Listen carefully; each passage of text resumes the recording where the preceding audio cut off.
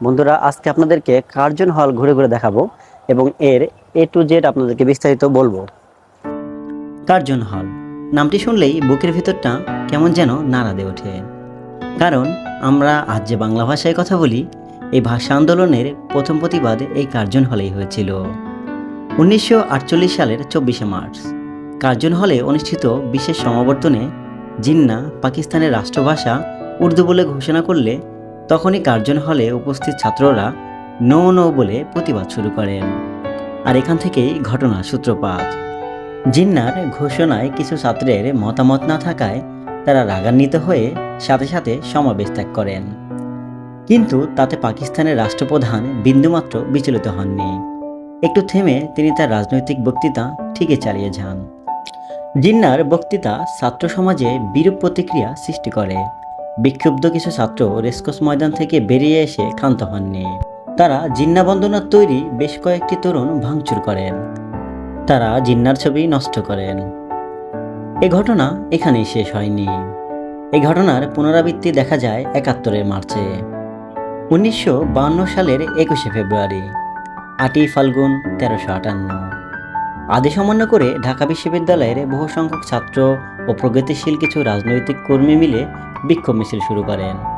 মিছিলটি ঢাকা মেডিকেল কলেজের কাছাকাছি এলে পুলিশ 144 ধারা অবমাননার অজুহাতে আন্দোলনকারীদের উপর গুলিবর্ষণ শুরু করেন। গুলিতে নিহত হন বাদামতলী কমার্শিয়াল প্রেসের মালিকের ছেলে রফিক, ছালাম, ঢাকা বিশ্ববিদ্যালয়ের রাষ্ট্রবিজ্ঞান বিভাগের MA ক্লাসের ছাত্র বরকত ও আব্দুল জব্বার সহ আরও অনেকে। এছাড়া 17 জন ছাত্র আহত হন। শহীদের রক্তে রাজপথ রঞ্জিত হয়ে ওঠে। এ ঘটনার অভিঘাতে সমগ্র পূর্ব বাংলায় তীব্র ক্ষোভ ছড়িয়ে পড়ে। 21শে ফেব্রুয়ারি ছাত্র হত্যার প্রতিবাদে সারা দেশে বিদ্রোহের আগুন দাউ দাউ করে জ্বলে ওঠে।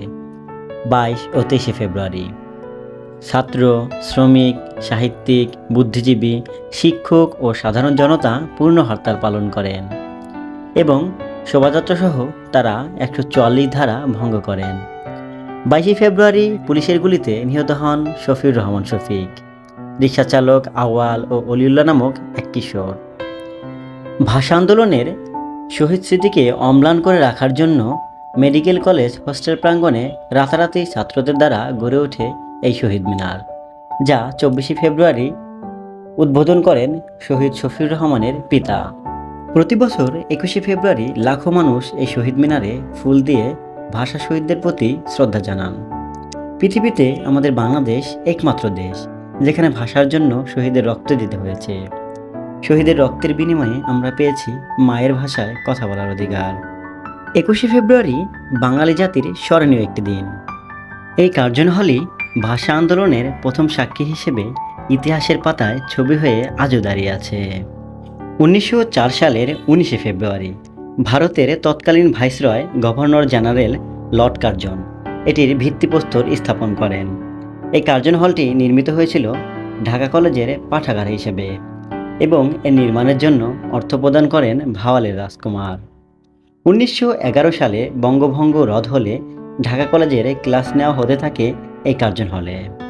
1921 সালে ঢাকা বিশ্ববিদ্যালয় স্থাপিত হলে কার্জন হল অন্তর্ভুক্ত হয় ঢাকা বিশ্ববিদ্যালয়ের বিজ্ঞান বিভাগের জন্য, যা আজও ব্যবহৃত হচ্ছে।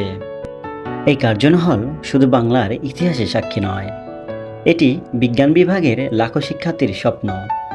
স্বপ্নের এই হলটির চারপাশে হাজারো শিক্ষার্থীর স্মৃতি মিশে আছে। এই কার্জনের দিকে তাকালেই দেখতে পাওয়া যায় ভাষা আন্দোলনের সূত্রপাত, শহীদের বুকের রক্তে রঞ্জিত রাজপথের প্রতিচ্ছবি, লাখো শিক্ষার্থীর হাত, যে হাত দিয়ে স্পর্শ করেছিলেন কার্জনের দেয়াল। আমি বিজ্ঞান বিভাগের ছাত্র হলেও ইতিহাস যেন আমার হৃদয়ে গেঁথে আছে। বাংলার ইতিহাস চিরস্মরণীয়। সবাই আমার চ্যানেলটি সাবস্ক্রাইব করবেন যেন আমি নিয়মিত বাংলার ইতিহাস নিয়ে কাজ করতে পারি।